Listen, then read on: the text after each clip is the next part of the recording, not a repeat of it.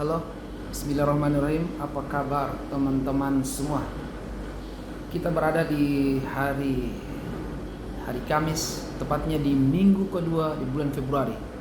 Ada beberapa isu-isu menarik seputar dunia olahraga yang kayaknya sayang sekali ketika kita lewatkan tanpa kita berbagi informasi kepada teman-teman semua. Khususnya di pekan kemarin, di hari Sabtu dan hari Minggu, banyak pertandingan, match-match yang seru, khususnya dalam dunia sepak bola. Di Liga Inggris, Liverpool sebagai runner-up Liga Inggris mampu memangkas jaraknya dengan Manchester City.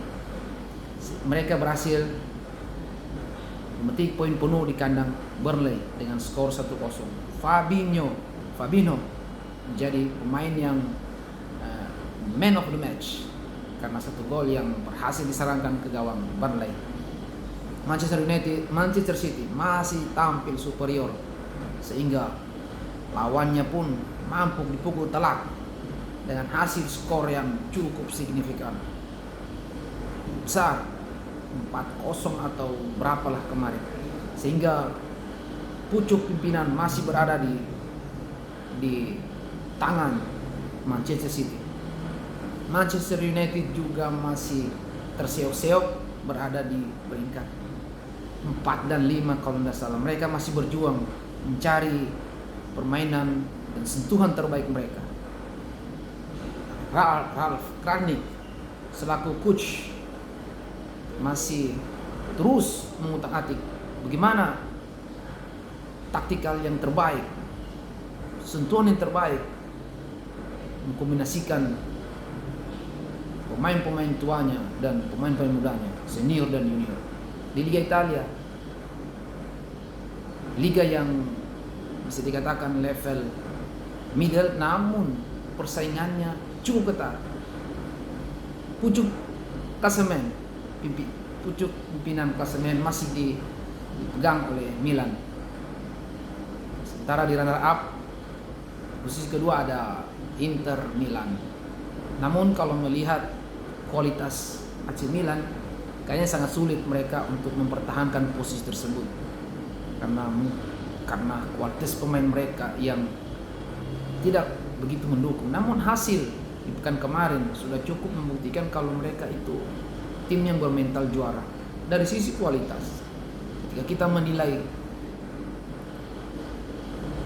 pemain per pemain, maka Inter lebih memiliki kualitas pemain dari sisi lini yang mumpuni. Hanya saja karena kekalahan 2-1 ketika derby della Madonnina, sehingga membuat mereka turun ke posisi 2. Sebenarnya berbicara tentang peluang kualitas permainan,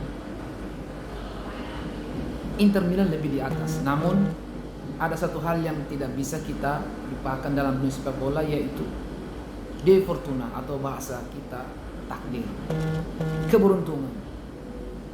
Pekan kemarin Milan berhasil menang 1-0. Inter Milan ditahan imbang, Juventus pun ditahan imbang, sehingga jarak antara pimpinan klasemen dan peringkat kedua hanya terpaut 1 poin. Namun ke depan persaingan nampaknya akan semakin ketat. Di Bundesliga, Bayern Munchen dan posisi kedua kalau tidak salah Dortmund kalau tidak salah. Mohon teman-teman kritisin, masih terdapat 6 gap selisih poin. Namun di pertandingan kemarin Munchen harus mengakui keunggulan lawannya karena mereka harus takluk dengan skor 4-2. Tapi jarak tersebut belum bisa terpangkas lebih detail karena perolehan poin Bayern Munchen sebelumnya yang sudah cukup jauh. Itu mungkin 3 liga best Eropa. Di Liga Spanyol pun seperti itu. Barcelona harus puas ditahan imbang oleh Spanyol. Real Madrid pun harus menelan pil pahit, kalah 1-0. Sevilla juga, Atletico Madrid juga harus di pertandingan terakhir harus tunduk dengan skor 0-1 padahal bermain di kandangnya sendiri. Makin sulit persaingan di posisi kedua. Namun untuk gap antara posisi pertama Real Madrid dan Sevilla nampaknya sudah semakin dekat jarak mereka berdua. Hanya tersisa 6 poin. Apabila Ancelotti tidak berhati-hati, inkonsisten dalam pertandingan berikutnya, maka bukan tidak mungkin, tidak menutup kemungkinan posisi tersebut akan diraih oleh Sevilla. Kita beralih ke dunia fighter. Minggu kemarin UFC 271 telah selesai digelar, di mana main eventnya adalah Robert Whittaker selaku challenger di posisi pertama menantang sang jawara champions, yaitu Israel Adesanya. Pertandingan dibuka dengan prelims, kemudian cool main event yang cukup seru, bahkan kalau bisa saya katakan lebih seru dari main event, karena mempertemukan dua fighter yang heavyweight, yang cukup alot, cukup kuat untuk masalah KO meng-KO-kan, antara Taito Iwasa versus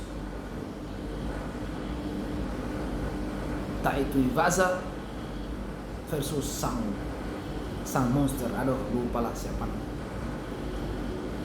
Di atas kertas Taito Iwasa kemungkinan akan tumbang, namun strategi yang cukup mapan, mumpuni, pertarungan yang betul-betul memanfaatkan kekuatan lawan tanpa harus saling mengeluarkan pukulan-pukulan terbaik. Karena ketika melihat pukulan knockout yang, maka Taito Iwasa mungkin kalah power, tapi dia mencoba untuk bermain terbuka. Dia pancinglah sang Derrick Lewis, monster Derrick Lewis, untuk bermain mengeluarkan powernya, sehingga tenaga dari Derrick Lewis begitu banyak keluar. Nah, di saat itulah ronde kedua Taito Iwasa memanfaatkan situasi itu. Derrick Lewis kehabisan tenaga, sehingga disitulah masuk sikut maut dari Taito Iwasa yang pada akhirnya mengkanvaskan Derrick Lewis. Kemenangan ini menjadi trigger, memicu sebagai pendorong utama sekaligus penantang utama sang jawara kelas berat heavyweight.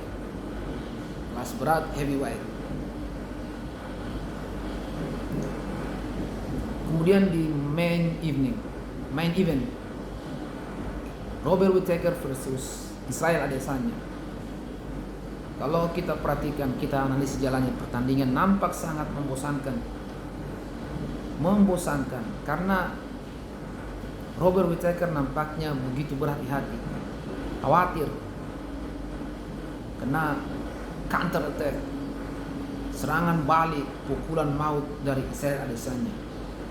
Karena di pertandingan sebelumnya Whittaker kecolongan, sehingga jab maut ala Adesanya mampu masuk telak di rahang dari Whittaker yang membuatnya terjatuh. Israel Adesanya adalah salah seorang seorang fighter dengan striking terbaik, seorang striker penyerang terbaik, sehingga banyak di antara fighter-fighter yang berada di top 5 middleweight sangat berhati-hati dengan petarung satu ini. Hasilnya apa, teman-teman? Champion still Israel Adesanya masih tidak terbendung, masih tidak terkalahkan. Tidak ada tekanan yang berarti dari Robert Whittaker, meskipun dia mampu bertahan hingga ronde kelima, namun tidak membuat sabuk jawara berpindah ke punggung dari Whittaker. Liga Champion, balik lagi ke sepak bola. Liga Champion pekan ini antara PSG versus Real Madrid. Permainan yang cukup alot. PSG dengan counter attack-nya. Neymar yang di awal prediksi menurut pengamat sepak bola akan bermain sejak awal, namun oleh pelatihnya disimpan terlebih dahulu karena mungkin masih dalam proses pemulihan pasca cedera, sehingga pilihan ada di Mbappe dan Messi saling jual serangan. Real Madrid tampil gemilang, namun sayang keberuntungan lebih berpihak pada Paris Saint-Germain. Messi dengan penaltinya gagal, namun Mbappe menunjukkan kualitasnya lewati Eder Milito, lalu menaklukkan sang kiper terbaik Real Madrid, Courtois. Pertandingan lain, Inter versus Liverpool dan Salzburg versus Bayern Munchen. Inter versus Liverpool, bermain di kandang sendiri. Inter 30 menit berupaya untuk bermain menyerang, bermain keluar, bagaimana memancing pertahanan dari Van Dijk dan Konate agar lebih terbuka sehingga mencari celah peluang bisa mengkonversi gol. Namun sayang, sangat disayangkan, Van Dijk dan Konate roboh di left back, dan di right back ada Alexander Arnold masih cukup tangguh sehingga membuat Lautaro Martinez dan Edin Dzeko, Calhanoglu, dan Dumfries masih nampak kesulitan untuk menembus, bahkan mengkonversi serangan-serangan yang dibangun menjadi super gol. Sehingga dari 3 peluang terbaik Liverpool melalui counter attack-nya yang dibangun, 3 peluang terbaik, 2 menghasilkan gol, dan ini menjadi modal yang sangat berharga bagi Liverpool ketika bermain di Anfield. Bayern Munchen, RB Salzburg versus Bayern Munchen, sempat leading di awal babak pertama, unggul, namun di babak kedua Munchen berhasil menyamakan kedudukan. Tentunya ini juga menjadi modal berharga. Hasil seri menjadi modal berharga bagi Dairotan untuk bermain di kandang sendiri. Peluang untuk menapaki babak 8 besar sangat terbuka bagi Bayern Munchen maupun Liverpool. Sementara Inter dan RB Salzburg nampaknya harus berjuang lebih keras lagi untuk dapat meraih tiket ke 8 besar. Dalam sepak bola tidak ada hal yang mustahil. Sepak bola bukanlah seperti hitungan matematika, karena 1 menit yang tersisa bisa sangat berharga menjadi detik-detik krusial. 1 menit bisa membuahkan 2-3 gol. Beda dengan hitungan matematika ataupun hitungan ilmu-ilmu fisika lain. Demikian isu formasi sepak bola, dunia olahraga, fighter, dunia olahraga dan lainnya. Kita ketemu di pekan ketiga bulan Februari tahun ini. Sampai bertemu lagi teman-teman. Wassalam.